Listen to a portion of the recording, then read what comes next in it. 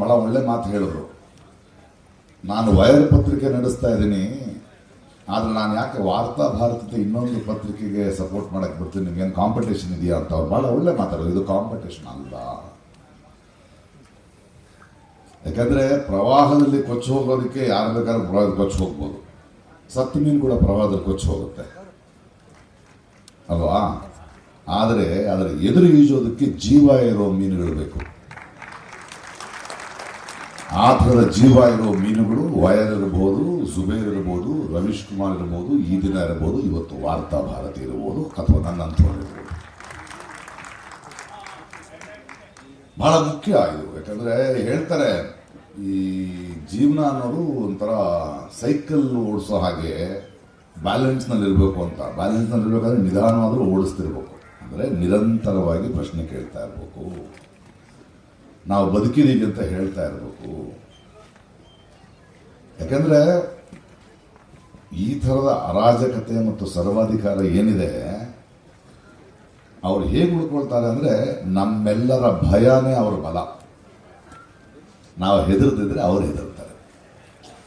ಅವರ ಹೆದರಿಕೆಯ ಕ್ಷಣಗಳೇ ಇವತ್ತು ಒಂದು ಪೊಲೀಸ್ ಡಿಪಾರ್ಟ್ಮೆಂಟ್ ಇರ್ಬೋದು, ನಮ್ಮ ಎಲೆಕ್ಷನ್ ಆಯೋಗ ಇರ್ಬೋದು, ಅಥವಾ ನಮ್ಮ ಕೋರ್ಟ್ಗಳಿರ್ಬೋದು, ಅಥವಾ ಪತ್ರಿಕೆಗಳಿರೋದನ್ನ ಕೊಂಡ್ಕೊಂಡು ಕೈ ತಿರುಚೋದು, ಕತ್ ಹೀಸ್ಕೋದು, ಸದ್ದುಗಳನ್ನು ಅಡಗಿಸೋದು, ತಮ್ಮ ಬೆಳೆಕಾಳು ಬೇಯಿಸ್ಕೊಳ್ಳೋದು. ಮೊನ್ನೆ ನಾನು ಉಮರ್ ಖಾಲಿದ್ ಮತ್ತು ಗೆಳೆಯರು ಇನ್ನೂ ಜೈಲಿನಲ್ಲಿರೋದ್ರ ಬಗ್ಗೆ ಹೋಗಿ ಮಾತಾಡ್ತಾ ಇದ್ದೆ. ಅಲ್ಲೆಲ್ಲರೂ ಮಾತಾಡ್ತಾ ಇದ್ರು, ಅಲ್ಲ ಈ ದೇಶದಲ್ಲಿ ಕೋರ್ಟ್ಗಳು ಸರಿಯಾಗಿ ಮಾತಾಡ್ತಾ ಇಲ್ಲ, ಇನ್ನೂ ಬೇಲ್ ಸಿಗ್ತಾ ಇಲ್ಲ, ಅವ್ರಿಗೆ ಮನಸ್ಸಾಕ್ಷಿ ಇಲ್ವಾ, ಜನಕ್ಕೆ ಮನಸ್ಸಾಕ್ಷಿ ಇಲ್ವಾ ಅಂತ. ಇಲ್ಲ, ಮನಸ್ಸಾಕ್ಷಿ. ಒಂದು ಕಾಲದಲ್ಲಿ ಭಾರತದಲ್ಲಿ ನಮಗೆ ಸ್ವತಂತ್ರ ಬಂದ ನಂತರ ಪೊಲೀಸ್ ಸ್ಟೇಷನ್ ಅಂತ ನಾವು ಹೆದರ್ತಿದ್ವಿ. ಯಾಕಂದರೆ ಎಲ್ಲ ರಾಜಕೀಯ ಪಕ್ಷಗಳು ಗೂಂಡಾಗಳನ್ನು ಬೆಳೆಸಿ ಪೊಲೀಸ್ ಡಿಪಾರ್ಟ್ಮೆಂಟ್ನ ಒಂದು ಅವ್ರ ಕೈಗೆ ಇಟ್ಕೊಂಡು ಸಾಮಾನ್ಯ ಜನ ಕೂಡ ಪೊಲೀಸ್ ಸ್ಟೇಷನ್ಗೆ ಹೋಗಿ ಹೆದರ್ತಿದ್ರು. ಆದರೆ ಯಾರೇ ನಮ್ಮ ಮೇಲೆ ಅನ್ಯಾಯ ಎಸಗಿದ್ರು ನಾವು ಕೋರ್ಟ್ನಲ್ಲಿ ನೋಡ್ಕೊಳ್ತೀವಿ ಅಂತ ಹೇಳ್ತಿದ್ವಿ.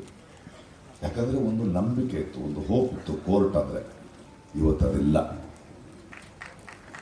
ಕೋರ್ಟ್ನಲ್ಲಿ ನೋಡ್ಕೊಳ್ಳೋಕ್ಕಾಗಲ್ಲ ನೀವು, ಯಾಕಂದರೆ ಅವರೇ ಬಂದು ಕೂತಿದ್ದಾರೆ. ಇದೆಲ್ಲದರ ಹಿಂದೆ ಒಂದು ತಿಳ್ಕೊಳ್ತಾ ಇದ್ರೆ ನೀವು ಬಿಜೆಪಿಯನ್ನ ಮಹಾಪ್ರಭು ನರೇಂದ್ರ ಮೋದಿ ಜೊತೆ ಜಗಳಾಡ್ತಾ ಇದ್ದೀರಿ. ಒಂದೇ ಒಂದು ಪಂಚತಂತ್ರದ ಕಥೆ ಹೇಳಿ ನಾನು ಮಾತು ಮುಗಿಸ್ತೀನಿ.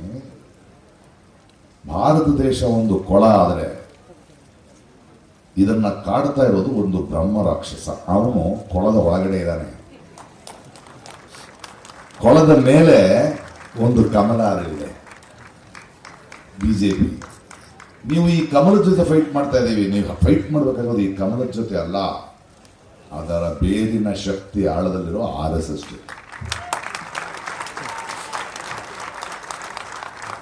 ಯಾಕಂದ್ರೆ ನಾನು ದೇವನೂರು ಮಹಾದೇವ್ ಜೊತೆ ಮಾತಾಡ್ತಾ ಇದ್ದೆ.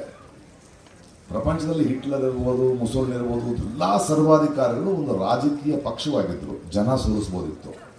ಇಲ್ಲಿ RSS ರಾಜಕೀಯ ಪಕ್ಷ ಅಲ್ಲ. ನೀವು ಬಿಜೆಪಿಯನ್ನು ಸೋಲಿಸಿದ್ರೆ ಮುಗಿಯಲ್ಲ, ಬೇರೆ ಸಹಿತ ಕೀಳಬೇಕು. ದೊಣ್ಣೆ ಹಿಡ್ಕೊಂಡು 100 ವರ್ಷ ಓಡಾಡ್ತಾ ಇದ್ದಾರಲ್ಲ, ಅವರು ಬೆಳಗ್ಗೆ ಚಡ್ಡಿಯಿಂದ ಪ್ಯಾಂಟ್ ಅಷ್ಟೇ ಬೆಳವಣಿಗೆ, ಅವ್ರದ್ದು ಇನ್ನೇನಾಗಿಲ್ಲ. ನಾವು ಯೋಚನೆ ಮಾಡಬೇಕು ಈ ಥರದ ಆತಂಕಗಳ ಬಗ್ಗೆ. ಎಷ್ಟು ವ್ಯಾಪಕ ಜನಮಾನಗಳಲ್ಲಿ ಎಂತಹ ಒಂದು ವಿಷವನ್ನು ತುಂಬಿಬಿಟ್ಟಿದ್ದಾರೆ ಅಂತ. ಮೊನ್ನೆ ನಮ್ಮ ನಿರ್ದಿಗಂತದ ನಾಟಕೋತ್ಸವದಲ್ಲಿ ಮಕ್ಕಳಿಗೆ ನಾಟಕ ಮಾಡ್ತಾ ಇದ್ರು. ವೈದೇಹಿಯವರ ಒಂದು ಕತೆ ಇಟ್ಕೊಂಡು ಒಂದು ನಾಟಕ ಮಾಡಿದ್ರೆ, ಕಥೆನಲ್ಲಿ ಅಂದ್ರೆ ಈ ಗೆದ್ದಲು ಹುಳ ಇದೆಯಲ್ಲ, ಗೆದ್ದಲು ಹುಳ, ಆ ಗೆದ್ದಲು ಹುಳುಗಳು ಇಲ್ಲಿ ತುಂಬಾ ಹುತ್ತದ ಹಬ್ಬ ಆಗುತ್ತೆ, ಮೇಲೆಲ್ಲ ಹಾಲಿನ ಮಳೆ ಬಂದ್ಬಿಡುತ್ತೆ, ನಾವು ಎಲ್ಲರೂ ಬದುಕೊಂಡು ಹೊರಗಡೆ ಹೋಗ್ಬೇಕು ಅಂತ ಗೆದ್ದಲು ಹುಳುಗಳೆಲ್ಲ ಹೊರಗಡೆ ಬಂದ್ಬಿಡುತ್ತೆ. ಹೊರಗಡೆ ಬಂದ ತಕ್ಷಣ ಊಟ ಸಿಗಲ್ಲ ಅದಕ್ಕೆ. ಯಾಕಂದ್ರೆ ಮನುಷ್ಯ ಎಲ್ಲವನ್ನೂ ವಿಷಪೂರಿತ ಮಾಡಲಿಲ್ಲ. ಯಾವ ಹೊಲಕ್ಕೆ ಹೋದ್ರೂ ವಿಷ ಇದೆ, ಎಲ್ಲಿ ನೋಡಿದ್ರು ಪ್ಲಾಸ್ಟಿಕ್ ಇದೆ, ಏನ್ ಮಾಡಬೇಕು ಅಂತ ಗೊತ್ತಾಗಲ್ಲ. ಆಮೇಲೆ ಒಂದು ಸೀನಿಯರ್ ಗೆದ್ದಲುಗಳ ಹೇಳುತ್ತೆ, ನೋಡಿ ಮನುಷ್ಯ ವಿಷ ಹಾಕ್ತಾ ಇರೋದು ಪುಸ್ತಕಗಳಿಗೆ ಮಾತ್ರ, ಜ್ಞಾನಕ್ಕೆ ಮಾತ್ರ, ಸತ್ಯಕ್ಕೆ ಮಾತ್ರ. ನೀವು ಹೋಗಿ ಆ ಪುಸ್ತಕ ತಿಂದು ಬದುಕೇಳಿ ಅಂತ. ಆ ಗೆದ್ದಲು ಹುಳುಗಳು ಹೋಗುತ್ತವೆ, ಒಂದು ಸಂಗ್ರಹಾಲಯಕ್ಕೆ ಹೋಗಿ ಪುಸ್ತಕ ತಿನ್ನಕ್ಕೆ ಶುರು ಮಾಡುತ್ತೆ. ಮತ್ತು ಒಂದು ಎಚ್ಚರಿಕೆ ಇರುತ್ತೆ, ನೀವು ಜಾಸ್ತಿ ತಿಂದರೆ ಆ ಪಾತ್ರಗಳಾಗ್ಬಿಡ್ತೀವಿ. ಅದರಲ್ಲಿ ರಾಮಾಯಣದ ಒಂದು ಕಥೆ ಹೇಳಿದ್ರು.